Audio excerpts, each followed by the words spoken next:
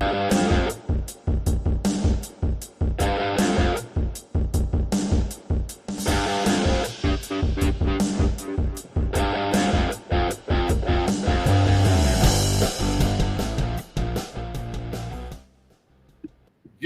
morning, hockey fans. This is Stephen Heisler with HeisHockey.com, the Victoria Hockey Company, and the Junior Hockey Discussion Group on Facebook.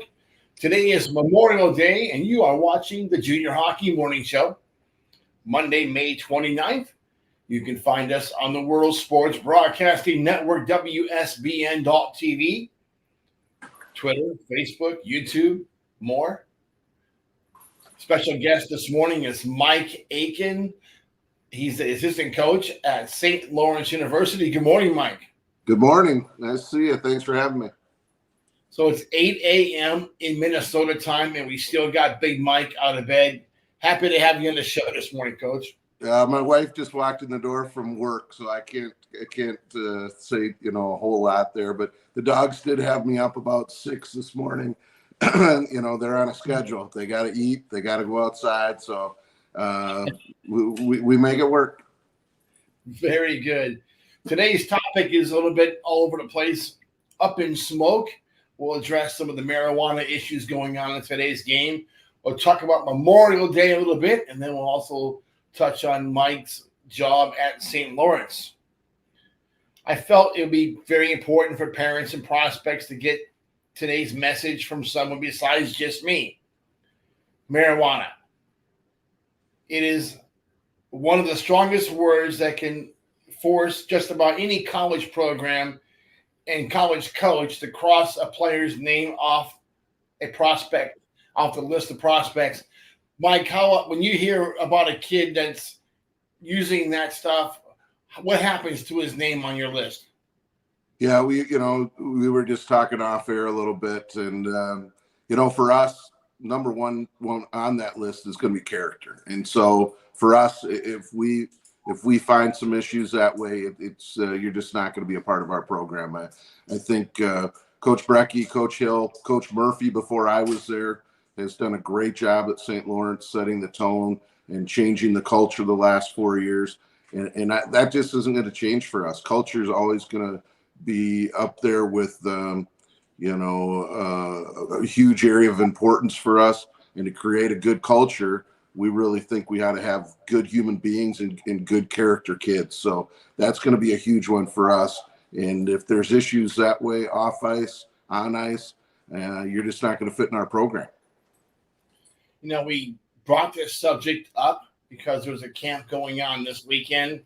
There are even junior organizations with players toking up on the funny weed, courtesy of the junior coach. That's not good. In the hockey house, on the team bus, and just likely anywhere else, they have the urge to lighten up the load. They're pulling out the weed.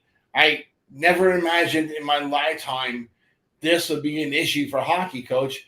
I mean, I grew up in Alaska, in Anchorage, Alaska, and we knew who the kids were who were smoking and that kind of stuff. They were across the parking lot wearing the black rock shirts. But somehow all those lines are now blurred, aren't they? Yeah, they are for sure. And you know what? I think even, the legalization of it in a lot of areas in the country is certainly having some effect on that too. So, that's just something that, times have changed a little bit. And, there's a lot of people doing a lot of different things and things that we probably had access to and chose not to. And I think it comes down to sacrifice and making a commitment to doing things the right way and wanting to be a part of something bigger. And I think that sacrifice, has to be made, and you got to make good decisions. Coach, are drugs the kryptonite for college athletes at any sport? I think it probably is. The alcohol, hard drugs, it's something you're going to fight everywhere. And I think we've all known players and people who have been affected by it. Some guys that could have, would have, should have, could have gone on to great NHL careers and chose to go down a different path and got sucked in by some of that stuff, and it's unfortunate, but you hear those stories all the time. Prospects spend thousands of hours preparing and praying for the hockey dream, only to let it slip away for moments of a perceived high. Is it peer pressure? How can prospects avoid getting caught up in the bad culture that's really on just about every team? Yeah, I think, first of all, you got to put yourself in good positions, surround yourself with good people. It's no different than us in the professional world. We want to surround ourselves with people that have the same ideals and morals, values, and I think kids have to look at it the same way, and be able to have enough confidence to stand up and just say, hey, I don't want to be a part of that. I know a lot of kids that will go to parties and not drink and still have a great time, not get involved with drugs of any type, and still, go out with friends, have a good time, and just make good decisions and help each other make good decisions. And I think you could still have a good time out there and have fun with your friends and all that, and without any of that other stuff. For those high-level prospects that elect to party away their college opportunities, I do have one dim light at the end of your hockey tunnel: single A minor pro hockey.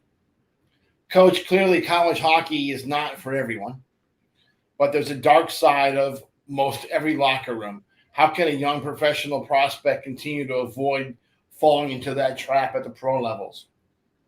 Well, I think again, it's getting in good organizations, whether it's junior hockey, college, professional.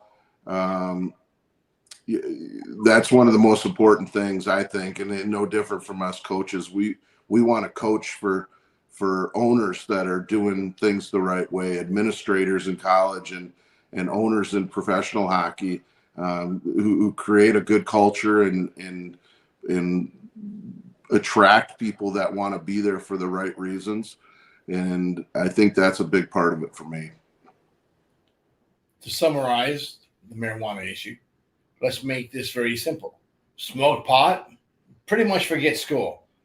Smoke pot and hockey prospects are just about guaranteed to end up with their name on the front of the work shirt and not on the back of a college or pro sweater. Mike? Yeah, no, I think you're right. And we're certainly not at St. Lawrence. We're not the only people that are just not going to put up with it and not accept it. I looked at our team grade point average was 3.54 for the spring. Guys come to St. Lawrence. They're going to come there for academics and hockey. We don't feel like we sacrifice one for the other. And, I think it just goes to show the job the staff has done there of getting the right guys, creating that culture. We finished fourth in the ECAC. The ECAC had 4 teams in the NCAA tournament this year, with Quinnipiac winning it. So pretty good conference. We were very happy with us getting in the top 4. And, we feel like we're headed in the right direction, and getting the right guys and creating the right culture is a huge part of that for us. Let's change this up a little bit to a happier subject, somewhat. Memorial Day is today, and it's a day that means a lot to my family. How important is this day for your loved ones? Well, we don't really have, any direct family members that were in the military, but my wife's dad, who's passed away, was in the military. So, for us, what it means, I think we're honoring those service people who have simply just given us what we have today. We have the freedoms to get on and create a show like this and to do what we want, and it would be amazing had those people not given the sacrifice and done the things they did, and see how differently probably our lives would be right now. So, I think it's a day that a lot of people look at it, spend time together as a family and barbecue and go to the water, the lake, river, camp out, have a great time. I'm going to play golf later today with Casey Mignon, the Chippewa Steel coach. I think for us, Americans and people around the world, to have the luxuries we have here, we owe a lot of that to our service members. My dad's family immigrated to Alberta from Germany between the First and Second World War. So that meant for our family that we had people fighting on both sides of that war. That wasn't easy. Sure. Well, my parents are from the north end of Winnipeg, and I know I had some uncles that were in World War II, and so there is some history for our family that way. But none of our immediate family has been in the military. You know what? I'm missing one. I'm forgetting Chandler. My wife's brother was a Marine, so there is one, I guess, closer than I even thought. Was she in the background waving? Yeah, I just looked over there and she was kind of looking at me like I figured it out. From the last Friday in October to Remembrance Day, which is November 11th this year, millions of Canadians wear a poppy as a visual pledge to never forget those who served and sacrificed. Now Canada has protesters assembling every year on that date. It's heartbreaking to have to see that. Has Memorial Day and Veterans Day taken a hit in the U.S. as well? What are some of the things hockey as a sport can do to honor our veterans? Oh boy, that's a good question. I haven't personally seen where we're taking a hit that way. I hope that it doesn't happen. Maybe I've got my head in the sand a little bit with our liberal friends that are out there that are, maybe have some different ideas than we do. But I would just hope that everybody would recognize that our way of life and what we have here is due to a lot of sacrifice by a lot of people that I couldn't imagine going and fighting in a war and doing the things that they did. And I just think we all should, no matter what your political background is, everybody should appreciate that and understand what we have. When athletes from across the spectrum of sports started kneeling for the anthem a couple of years ago, I couldn't help but feel sad. Not because of the disrespect for the country and those that serve, but really for the athletes' clear ignorance of the reason we stand for the anthem. Why has that not really become a hockey problem? Well, I think there's just good people in hockey. There's across the board, and yeah, there's the bad apples, and some things get pointed out here and there. But I think for the most part, we have good character people in hockey. There's people that are in it for the right reasons and want to help kids and help people achieve their dreams and do good things. And so I'd like to think that the leadership from whether it's owners, coaches, administrators in schools that are going to set the tone and the culture that they have, and just not really accept that. I know we had my younger daughter's a soccer player. Well, she's really a 3-sport athlete in high school. And a few years ago, there were some people that kneeled during the national anthem in a high school soccer game, and that was dealt with pretty quickly. So I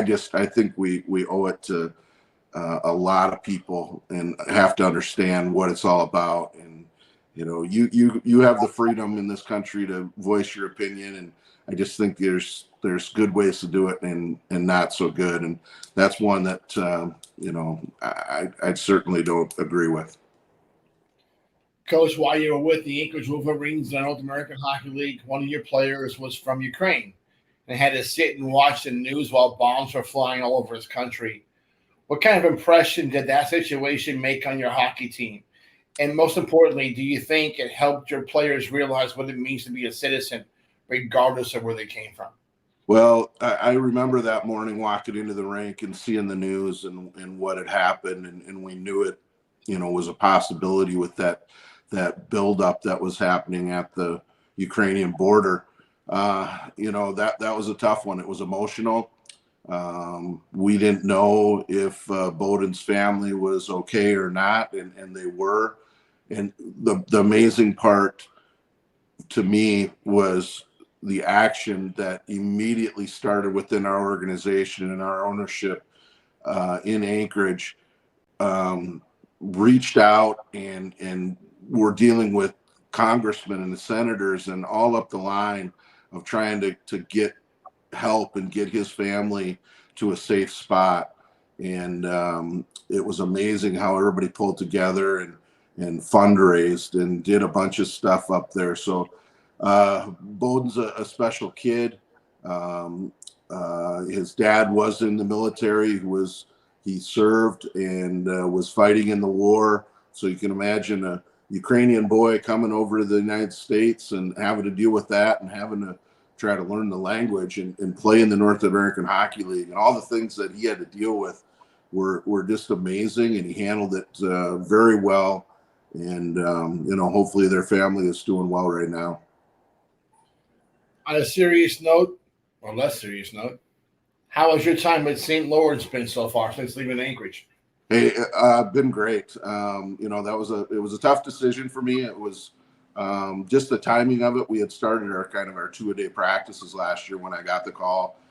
Brent Brecky and I, the head coach at St. Lawrence, played together in the USHL and won a national championship together in Rochester 100 years ago. And Tommy Hill, the other assistant, I coached in Topeka in the North American League. So we have a really good working relationship and know each other well. And the part for me that really made it a no-brainer was education money for my daughters. So my older daughter's a golfer at Division III school at Augsburg in Minneapolis, Minnesota. She's going into her junior year next year. And then my younger daughter, who's a 3-sport athlete in high school, is going to play college soccer at Adrian College in Michigan. So there's money that goes from St. Lawrence to both their schools. And that really made it a no-brainer for me. And to have the girls be able to come out of their college experience with no debt is going to be a really nice thing for them. So, I think it's been a great decision for our family. Tough on us at the same time. Brianna, when I went to Anchorage, we sold our house in Rochester, Minnesota. We moved the family into a 3-bedroom townhome so they wouldn't have to shovel snow and do yard work and all that kind of stuff. But we were not going to make Brianna, leave high school at that point. So my wife's a nurse. She's got her New York license now, and she'll be making the move in the fall. So we're really looking forward to being together and actually spending some time together. It's been a long couple of years here, sacrificing, but I think it's all worth it in the end. We're really excited where we're headed in St. Lawrence and in our program as well. This past season, the Saints won the most games, 17, since the 2016-17 season, and the most since your friend Brent Brecky took over in 1920. How do you feel about recruiting so far to date this year, and how will those prospects impact the Saints this season and beyond? Well, I think we have some really good young prospects that we have committed. We're excited about guys we have coming in, and we lost a couple impact guys that are leaving our program. We had a 5th-year senior goaltender, and he just actually signed in the second league in Sweden the other day, I was told. So we're excited for him. But, the core of that team is coming back. So I think there's a lot of excitement around our campus. And we really feel like improvement, within our team is going to make a difference for us going into next season. The guys that are coming in next fall are going to come in and hopefully complement what we have. But we really feel like the core of our team is already there. And we're excited about that. And I think more importantly, the players are excited to come back and they're training hard right now. They're in the weight room. They're doing good stuff. So we're really excited, looking forward to next season already. Very good, Coach. Well, folks, we have a special thing we're going to do this morning. It's Memorial Day. I don't know if we'll do this again on Labor Day or Veterans Day or not, but Sonia is going to sing a song for you guys, America the Beautiful. So, Mike, hold on a second. I'm going to crank this mic up a little bit. So you don't have to read it, checks. Turn it up. Up is this way.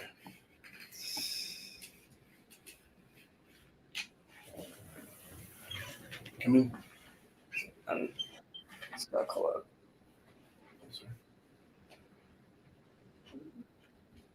Okay. Oh, beautiful for spacious skies and amber waves of grain, for purple mountain majesties above the fruited plains.